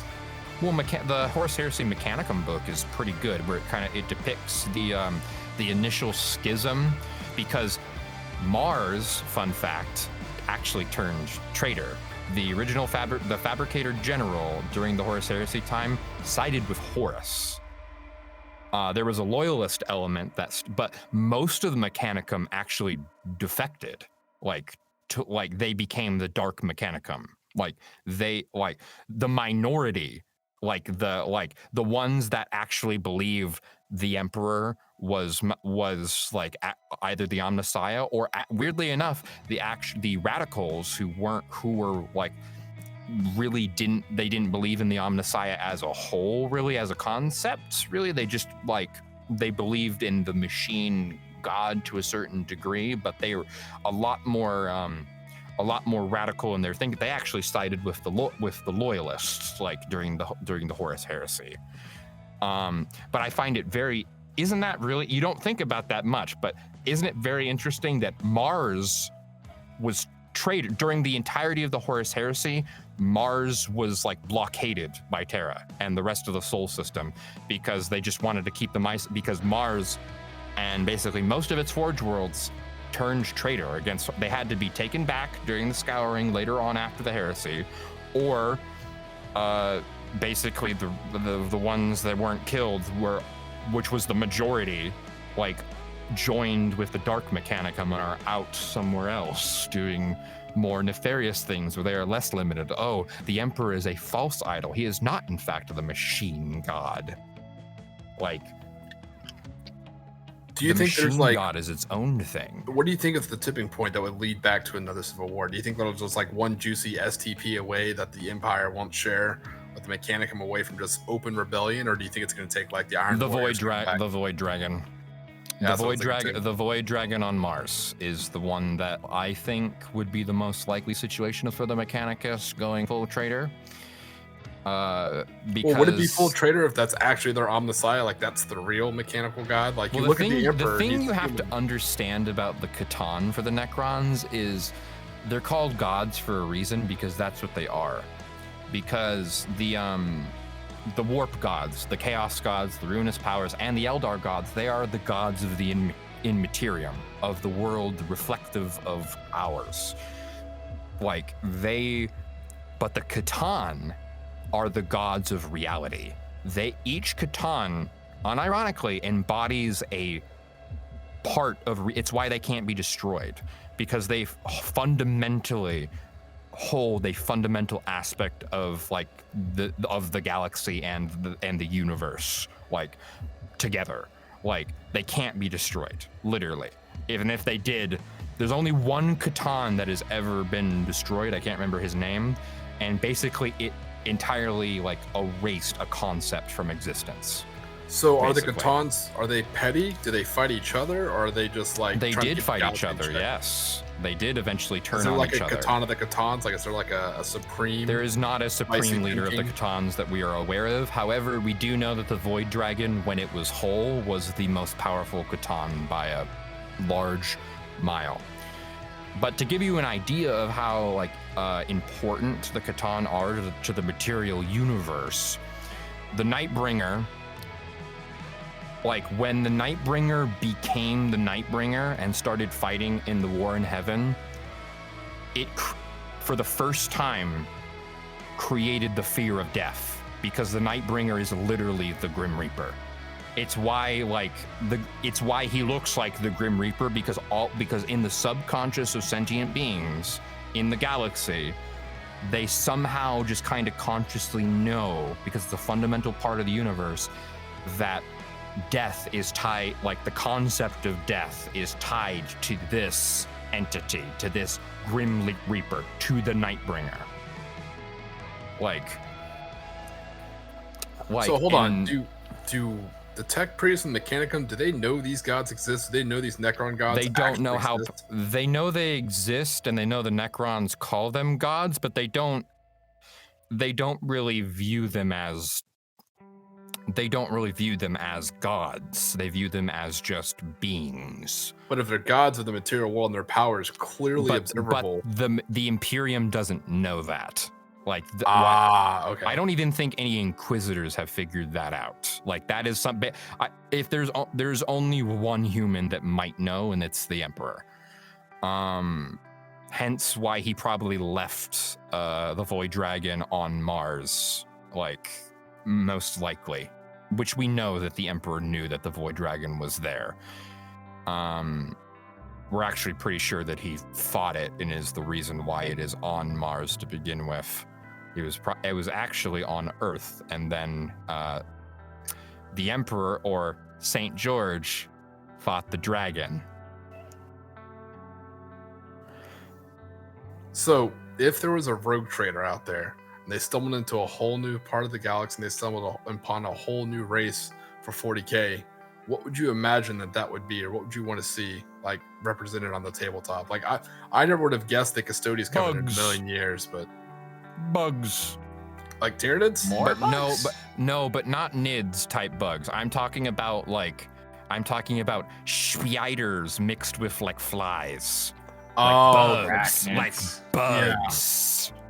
Like, you're talking like a highly intelligent and like normal society. I'm talking about ants. like, you know those Rick and Morty aliens with the fly ones? Yeah, like, yeah, like that. Like, we're like more like the Tyranids. They lean more like reptilian and dinosaur kind of bug, whereas like I mean like bug. What about you, Death? What do you think? I think that kind of concept actually sounds great. I think they'd ally with Tau, or it's a good question. I'd like to see the Tau become more like the Covenant, get a little bit stronger and start collecting. Yeah, I want to see species. more of the Xenos stuff in Tau be represented. Exactly. To be honest, Kroot should they should just release like more Kroot stuff. To be frank. So, the Vespid Stingwings, like, what are your thoughts on those models? They're cool, but they're old. So they need to be updated. They're old as shit. I fucking actually okay. I kid you not. Like, they look weird as shit. They do look weird as fuck. But like the art kind of it makes more sense when you look at the art. Like, yeah. The Vespids are like among the oldest Tau models. I'm pretty sure that they are, basically. Absolutely. I was like thinking like they should definitely refresh most of the Tau range anyways. Like, they have a lot of old shit. Especially the only when things they really don't need to be touched are the crisis suits. Really, they're pretty good as they are. I agree. What? Those guys look awesome. I never even heard of them. No, they do look awesome, but that's what I mean. They already look awesome enough. They don't need anything else. Yeah, exactly. For the crisis suits. Yeah. But I meant the Stingwings. I just looked up the Stingwings. Oh. Yeah. Yeah. They actually look more like Chaos Demons, actually. That's yeah. I was gonna say that. I really want Warhammer to lean more into like the alien of the aliens. You know what I mean? Like, I want I want like to see like Men in Black style aliens, like just weird out there shit. Like, so Gaunt's Ghost series, I want to say it's my personal favorite one. I think it's Guns of Tanith. They reference an alien race in there. They're called like the oh god, someone's gonna chew me up in the comments. I don't know how to pronounce it, like Loxel or Lochthul or whatever. I've heard the name, but I can't put a. They have like a hard outer carapace, and they're like these super lethal mercenaries that have like these weird weapons. I remember because they had to use like not dumbfire, but they'd use like solid slug ammunition to take them down. So one person in each squad carried like an actual U-90, so it had like depleted uranium rounds just to punch through those Xenos mercenaries hide. Like I like to see more of those, more Xenos mercenaries. Bugs, more bugs. Yeah, so I imagine they look like anyone who played Masters of Orion back in the day. I imagine they look like the Claxtons, like these like giant bipedal ants, like that stood up and walked around, were just super productive, just like ants. Hey, honestly, so in ants, Xenos would be a pretty cool faction. Like that would be kind of cool. And seeing them like go like see like NIDS and see a different kind of hive mind, it'd be like, this is like ultra heresy. Like this isn't how hive is supposed to work. Ooh, or if it was a spin-off from the Tyranids that just gained sentience and realized the Tyranids are dumb and just started actually being civilized, that'd be kind of cool. So they have like the greatest experience fighting Tyranids, but no one knows. I don't know if the hive mind would ever allow that, which that's a whole nother thing. The hive mind, like the actual entity is in that the a warp, god? Like basically, yeah. Like yeah, like, pretty much. The hive mind is like, okay, and I'm gonna piss a lot of Blood Angels fans off here. The Devastation of Baal book is mid. However, it has one section where we kind of get to see kind of what the hive mind kind of really is. It's really cool. Where essentially we just see a normal gaunt like this. There's this chaplain like looking like the Tyranids like stop like because they set up these like these acid pits, like this sentient water that's native to Baal that basically is predatory, and it like microbes in the water that like dissolve living tissue, and they hunt it, and they left like a fire line trail, and they wanted to draw the NIDS to start falling into it. The NIDS stop like before when they get to it. And there's this one gaunt that's in front of like the line, and this chaplain's looking at it, and he's just like, what the fuck? That thing is like different. Like it's a gaunt, but it's not acting like a gaunt. And then it looks at him like dead in the eyes, and its eyes are like completely rolled over black. And he looks into the eyes of it, and he describes it as looking into like an abyss that is staring back at you. It is essentially a mind that is so incomprehensibly large and intelligent that is just curiously looking at you, and just basically like you're an insect. Like it's just like a Space Marine chaplain just looking at it like, oh, isn't that fascinating?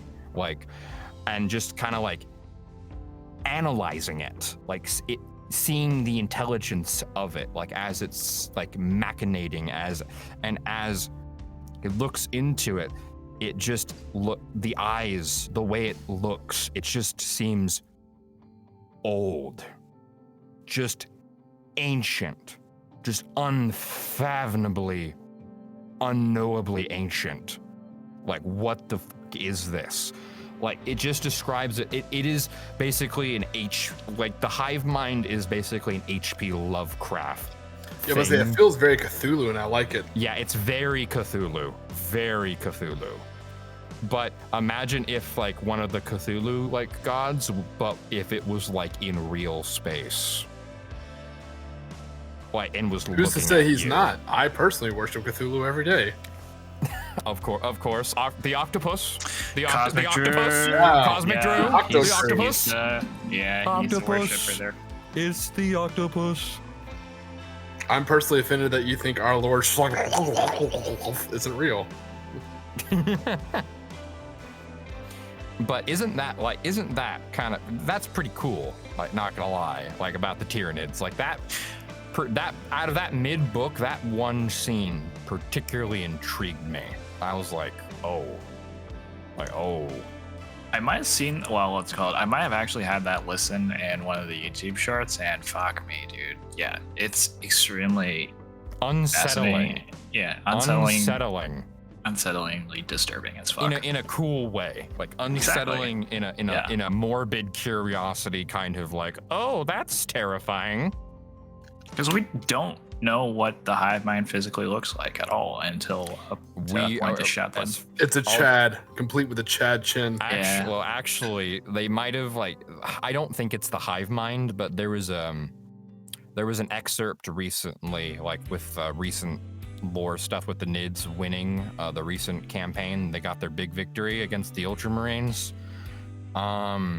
There was basically, I think it was a guard member and an inquisitor were looking through a visual thing that was all blurry and fucked up because of the hive mind thing, and it was like zoom in, enhance kind of shit, and it was this giant spear in the middle of space, and it was that there shouldn't be a moon there. And then the Inquisitor that's no moon. Realized that literally does that's no moon. As he sees that it's riling, the surface of it is shifting and moving, and it has crittering stuff. He realizes the Tyranids have a Death Star, basically. I don't think it's the hive mind itself, but I think it's basically the mortal kind of form of it, so to speak. It's basically its avatar. This is the conduit of which the main invading Tyranid fleet is this is basically the leader. The Tyranid, it's very heavily implied that all the Tyranids we've seen so far are merely scouts, and what we're seeing there is their general, is the general for the initial invasion.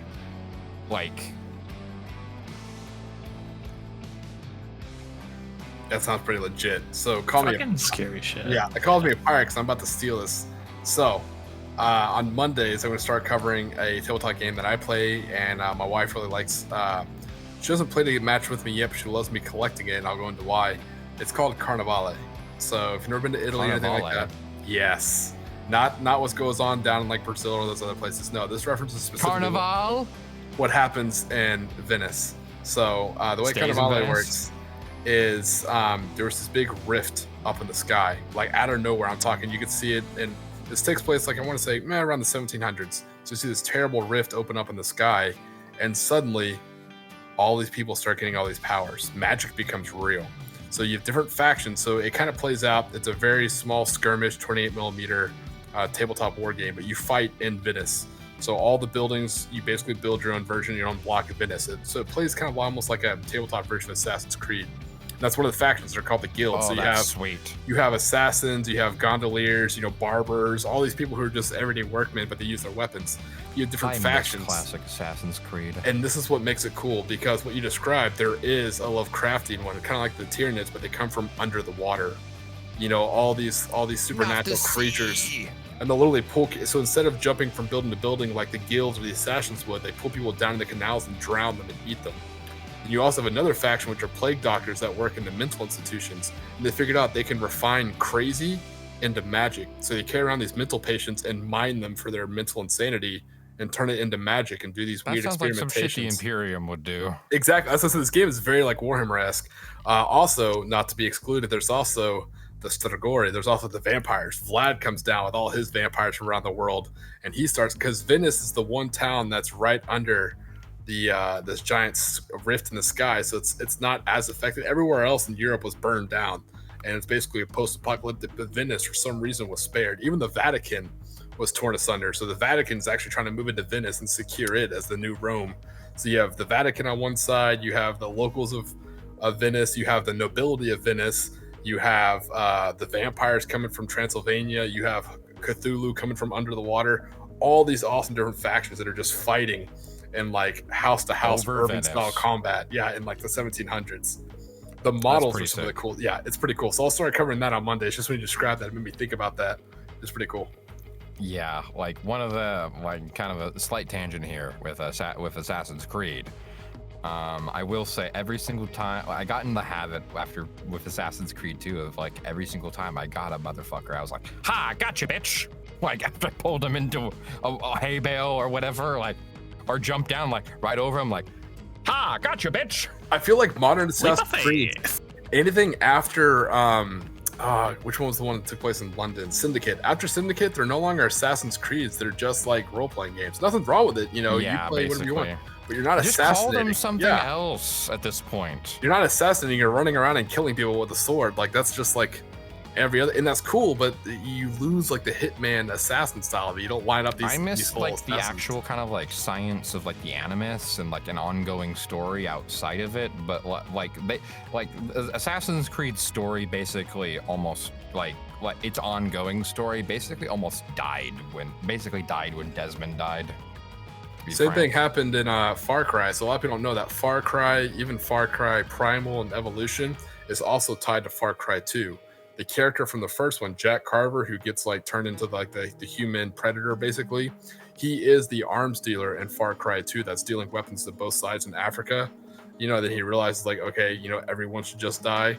Far Cry 2, by the way, a wildly underappreciated game. Go back and play it. You can get malaria, your weapons jam if you don't clean them. It's a good game. Tough, but good. I think a lot of games just wear the skin. Far Cry games. Games just wear the skin of like what they are without actually having the context anymore. Like Far Cry and Assassin's Creed are two big versions of that. Yeah.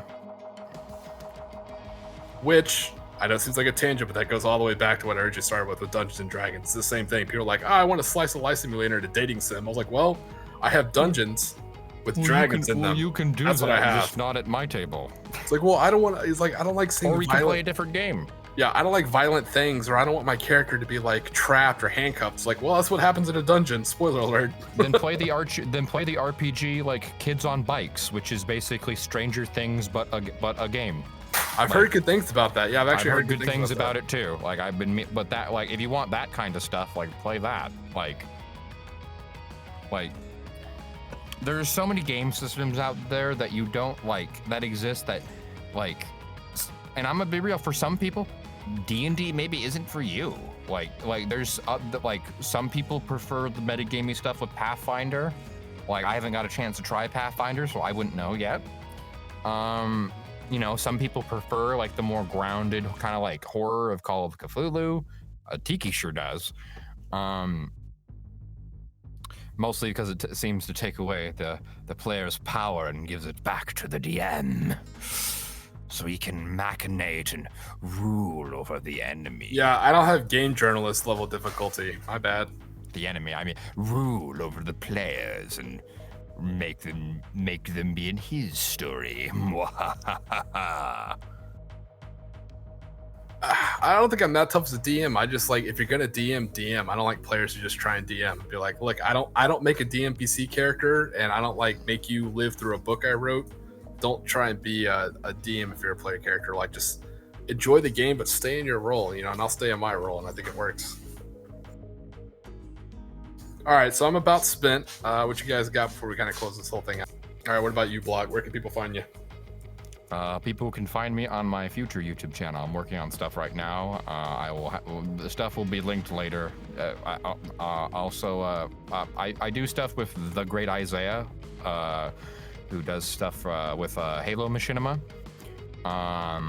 I play the Zombie Slayer in that. You should check out Last Man Standing, great series, and just reached its goal on Kickstarter to continue going forward. So if you want to see more of me and that, and see some of my sound design, some of my editing there, and more of my acting, go check that out. With or without pants? Without pants, of course. It was like Kim Kardashian acting. It made her famous. All right, what about you, Death? Well, you can basically find me editing another channel called Quark 77 Astronomical Cinematics. He does some Battlefield stuff, but he kind of stopped after a while. But probably will be posting one video next coming week, I believe. But aside from that, I'll probably do some editing work for some other YouTube channel. All right, buddy. We're glad to have you on. Is there anything else you want to leave us with? Any other spotlight you want? Or you can also find me in Korps of Wrath, which is basically my main channel where I post my how to get canceled stuff, which are basically streaming clips and highlights of the Morty and Glory hole. Love it. All right. Lastly, for me, my shelfless plug. TikitheHutt, 1K, 2 T's, I think. Yeah, there you go. I was gone for a while, had a lot of school, caught up, so now I'm back. releasing content. So what the current schedule looks like, maybe now, is Monday is going to be Mythic Monday. So if you like what I was talking about with Carnivale, listen for some more on that for Mondays, and D&D. I'll do topics there. Wednesdays is going to be Warlord Wednesday. I try and do that in conjunction with Morty and Glory. So I'll release my Conflict 47 stuff, and he'll release his bolt action stuff. You kind of go back and forth. And then Friday is going to be my Fallout Friday, or my race of the weekend. So that's where I'll release all my Fallout content, my Zona Alpha, anything post-apocalyptic, or Gaslands. I need to try Gaslands at some point. So that's what I was going to say. The one game I know I hawk a lot of games. Lowest cost to entry. The thing I definitely recommend. If you like kit bashing, there's no better miniature game than Gaslands. That's all it is. There are no set models. You buy Hot Wheels cars, and you just 3D print parts, or you get stuff from the trash, and you just kit build Mad Max style cars. It is an absolute blast. I do eventually, I eventually will have an orc army, and it's going to be a Mad Max orc army. It's a lot. Fuck yeah. Yes, the cold speed. So that's the best part is the coldest speed. They wear all the colors. They just like vehicles. They're just like we like being mounted. You want to be shiny and chrome and ride eternal. We want shiny, chrome, grungy with lots and lots of DACA. Wait, so hold on. With the orcs, if they think something's real, they can make it magical and real, right? That's how it works. Exactly. To a certain degree. So the V8, the 8-cylinder engine, could actually become an Orca god. Theoretically, yes.